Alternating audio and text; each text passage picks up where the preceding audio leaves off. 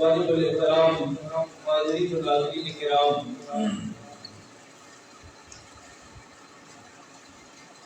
ذی الحج کے مہینے میں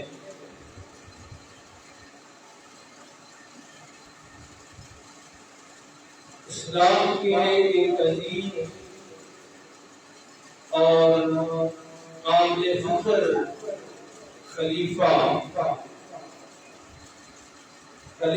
ثالث کامل الحیات صاحب جود و شفاعت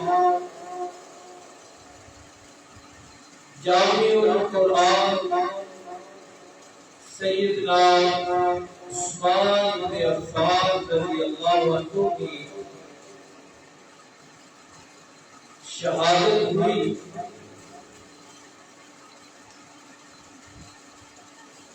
سیدنا عثمان غنی رضی اللہ عنہ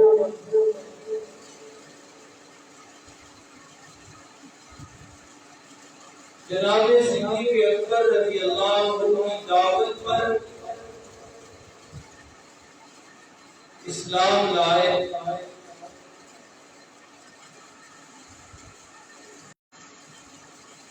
مکہ مکرمہ میں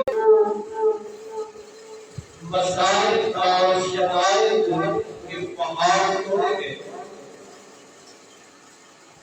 سیدنا عثمان غنی رضی اللہ عنہ کی مشکلات سے گزرے۔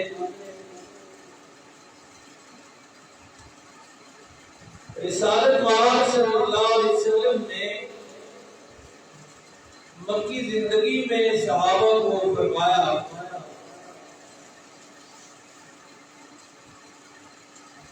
کہ امن اور سکون کے لیے حبشہ کی طرف ہجرت کر جاؤ۔ سیدنا عثمان غنی رضی اللہ عنہ بھی اپنی زوجہ مطہرہ حضرت رقیہ کے ساتھ حبشہ کی طرف ہجرت فرما گئے۔ پھر واپسی ہوئی تو کچھ سالوں کے بعد مدینہ منورہ کی ہجرت کا موقع آیا، اور وہ ہجرت ایسی تھی کہ ہر مسلمان کو حکم تھا کہ وہ ہجرت کرنی، سوائے اس کے جسے کوئی رکاوٹ پیش آئے، کوئی مشکل پیش آئے۔ چنانچہ حضرت عثمان غنی رضی اللہ عنہ مدینہ کی طرف بھی ہجرت فرما گئے۔ مدینہ منورہ میں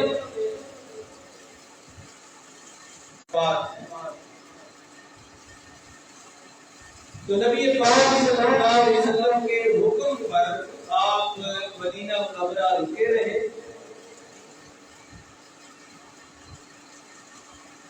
آپ نے خود فرمایا کہ آپ ان کی تیمارداری کے لیے وہاں رکیں،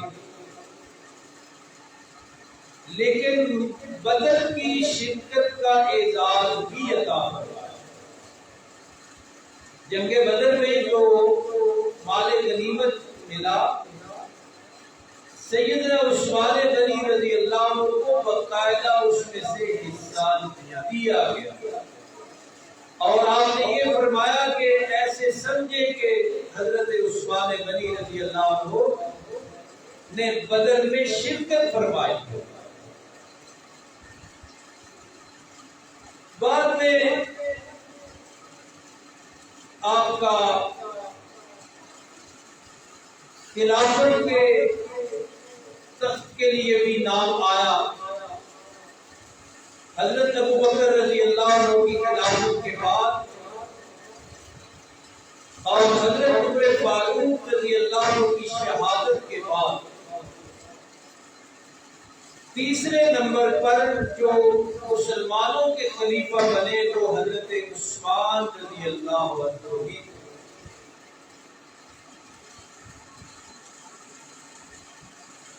جناب عثمان غنی رضی اللہ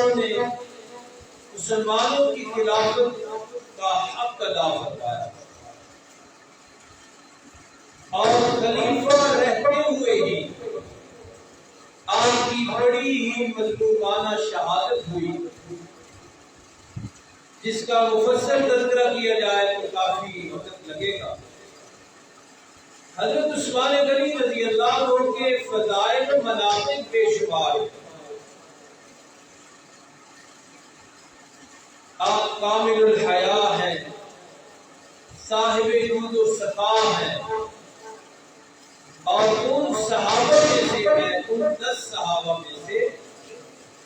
جنہیں امام الانبیاء صلی اللہ علیہ وسلم نے زبان اطہر سے جنتی ہونے کی بشارت عطا، یعنی آپ کا تذکرہ عشرہ مبشرہ میں سے ہوتا ہے۔ رسالت مآب صلی اللہ علیہ وسلم نے کئی موقعوں پر آپ کے لیے بڑے عمدہ الفاظ کے ساتھ آپ کو خراج تحسین پیش کروایا اور آپ کے فضائل بیان فرمائے۔ غزوہ تبوک میں آپ نے مال کے وسیلے اسلام کی قیادت کی، نبی پاک صلی اللہ علیہ وسلم نے ایسے موقع پر ارشاد فرمایا کہ جناب عثمان غنی رضی اللہ عنہ نے مال کے ذریعے، اپنی ثقافت کے ذریعے جس طرح اسلام کی خدمت کی ہے اور رسالت مآب صلی اللہ علیہ وسلم کو خوش فرمایا ہے، تو آپ نے فرمایا کہ آج کے بعد سیدنا عثمان غنی رضی اللہ عنہ سے کوئی بھول چوک ہو بھی گئی تو وہ آپ کو نقصان نہیں دے گی۔ رسالت مآب صلی اللہ علیہ وسلم نے فرمایا کہ کل نبی رفیق ورفیقی فی الجنت عثمان، کہ ہر نبی کا ایک ساتھی ہوتا ہے، جنت میں میرا ساتھی عثمان ہوگی رضی اللہ عنہ۔ جناب عثمان غنی رضی اللہ عنہ نے خلافت کے زمانے میں جو سب سے بڑا کارنامہ انجام دیا، اس کی وجہ سے آپ کو جامع القرآن کہا جاتا ہے، وہ یہ تھا کہ مملکت اسلامیہ میں قرآن حکیم مختلف لہجوں میں پڑھا جا رہا تھا، جس سے اندیشہ تھا کہ شاید آنے والے لوگ کہیں کہ یہ پتہ نہیں قرآن مجید اصل کون سا ہے، حالانکہ اللہ نے حفاظت کا ذمہ لیا ہوا ہے، اور اسی حفاظت کا ہی ایک انداز یہ ہے کہ حضرت عثمان غنی رضی اللہ عنہ نے پوری امت کو ایک لہجے پر اور ایک ہی طریقے پر، ایک ہی قرات پر متفق فرمایا۔ اور آج یہ جو قرآن مجید پوری دنیا میں موجود ہے، اسے مصحف عثمانی کہا جاتا ہے۔ یہ وہی قرآن حکیم ہے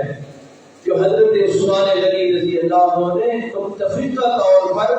ساری قراتیں اندر سے نکال کر یہ پوری امت کو دیا۔ آپ کے اعزازات کی بات کی جائے تو آپ کے پاس ایک ایسا منفرد اعزاز ہے، ایک ایسا قابل فخر اعزاز ہے جس کا کوئی ہمسر نہیں ہے، جس میں کوئی اور شریک نہیں ہے، اور وہ اعزاز یہ ہے کہ رسالت مآب صلی اللہ علیہ وسلم کی 2 لخت جگر، 2 بیٹیاں آپ کے گھر میں تھیں۔ آپ سوچئے آج کے اس کے گزرے دور میں بھی کوئی بندہ کسی معزز محترم نامور شخصیت کا داماد بنے نا تو یہ اس کے لیے بڑا اعزاز ہوتا ہے۔ کسی بڑے آدمی کا داماد بن گیا بڑا اعزاز سمجھا جاتا ہے، کسی عالم کا داماد بن جائے بڑا اعزاز سمجھا جاتا ہے، لیکن قربان جائیے سیدنا عثمان غنی رضی اللہ عنہ کے اس اعزاز پر جس میں وہ لا شریک ہے، کوئی ہمسر نہیں، کوئی شریک نہیں، کہ آپ کو صرف اتنی بات نہیں کہ ایک معزز انسان کی دامادی کا شرف حاصل ہوا،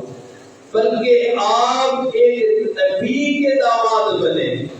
بلکہ نبیوں کے امام الانبیاء صلی اللہ علیہ وسلم کے داماد بنے، اور آپ کا داماد ہونا، رسالت مآب صلی اللہ علیہ وسلم کا داماد بننا بذات خود بڑا ہی قابل فخر ہے۔ حضرت علی المرتضیٰ رضی اللہ عنہ بھی داماد ہیں، بڑا ہی قابل فخر ہے، بہت ہی قابل احترام یہ اعزاز ہے، لیکن حضرت عثمان غنی رضی اللہ عنہ کو یہ اعزاز حاصل ہے کہ آپ دوہرے داماد ہیں، دو رخت جگر آپ صلی اللہ علیہ وسلم کی، آپ صلی اللہ علیہ وسلم کے دل کے دو ٹکڑے آپ کے گھر میں تھے۔ حضرت رقیہ رضی اللہ عنہ کا پہلے آپ کے ساتھ نکاح ہوا، ان کا وصال ہوا، تو نبی پاک صلی اللہ علیہ وسلم نے اپنی دوسری رخت جگر، اپنے دل کا دوسرا ٹکڑا حضرت ام کلثوم رضی اللہ عنہ کا نکاح حضرت عثمان غنی رضی اللہ عنہ سے کیا، اور یہ اعزاز یہاں تک نہیں ہے کہ آپ دوہرے داماد ہیں، اور اسی وجہ سے آپ کا لقب ذوالنورین بھی ہے۔ ذوالنورین، دو نوروں والا، ذوالحجرتین بھی ہیں آپ، اور آپ ذوالنورین بھی ہیں۔ تو یہ دوہرے دامادی کا اعزاز یہاں تک نہیں، بلکہ آپ صلی اللہ علیہ وسلم نے حضرت ام کلثوم رضی اللہ عنہ کی وفات کے بعد، جب وہ بھی وفات پا گئی، تو وہ نایاب ارشاد فرمایا جو دنیا میں کسی اور کے لیے نہیں۔ آپ نے فرمایا کہ یہ تو دو بیٹیاں تھیں، میری اگر 40 بیٹیاں ہوتی، ایک حدیث میں الفاظ اور بھی ہیں، لیکن ایک میں یہ ہے کہ آپ نے فرمایا اگر میری 40 بیٹیاں ہوتی تو میں ایک ایک کر کے سیدنا عثمان غنی رضی اللہ عنہ کے نکاح میں دے دیتے۔ آپ اس سے اندازہ لگائیے کہ داماد ہونے کے ناطے حضرت عثمان غنی رضی اللہ عنہ نے نبی پاک صلی اللہ علیہ وسلم کا سینہ اطہر کتنا ٹھنڈا رکھا ہوگا کہ آپ یہ تمنا فرما رہے ہیں، یہ اس خواہش کا اظہار فرما رہے ہیں کہ اگر میری 40 بیٹیاں ہوتی تو ایک ایک کر کے میں حضرت عثمان کے نکاح میں دیتا جاتا۔ بڑا رتبہ ہے، بڑا مقام ہے، اسی مہینے میں شہادت ہوئی آپ کی۔ اللہ رب العالمین صحابہ کرام رضوان اللہ اجمعین کے نقش قدم پر ہمیں بھی چلنے کی توفیق عطا فرمائے، ان کا احترام کرنے کی توفیق عطا فرمائے۔ نبی پاک صلی اللہ علیہ وسلم کے اس دوہرے داماد کے بارے میں بھی اس وقت جب آپ کو شہید کیا گیا بہت سی غلط فہمیاں تھیں، بہت سے اعتراضات پھیلائے گئے، الزامات لگائے گئے، انہی کی بنیاد پہ شہادت بھی ہوئی، لیکن آج بھی کئی بدبخت جو ہیں نبی پاک صلی اللہ علیہ وسلم کے اس دوہرے رشتے کا احترام ملحوظ خاطر نہیں رکھ رہے۔ دوہرا رشتہ، دوہرا داماد، دو لختے جگر، دل کے دو ٹکڑے جن کو نبی پاک صلی اللہ علیہ وسلم نے، آپ ان کی شخصیت کی عظمت کا اندازہ لگائیے، اور اتنی عظمت ہے کہ ایک موقع پہ آپ نے فرمایا کہ میں اس عثمان کا حیا کیوں نہ کروں۔ یہ جو بے حیا آج حضرت عثمان غنی رضی اللہ عنہ کے بارے میں منہ کھول رہے ہیں نا، سنے ارشاد نبی بھی، اپنے نبی کا ارشاد سنے کہ اسی ذات کے بارے میں آپ خود فرما رہے ہیں کہ میں اس عثمان کا حیا کیوں نہ کروں جس کا حیا آسمان کے فرشتے بھی کرتے ہیں۔ اللہ تعالیٰ ہمیں بھی حیا نصیب فرمائیں، لحاظ نصیب فرمائیں، اور سب کا احترام کرنے کی تو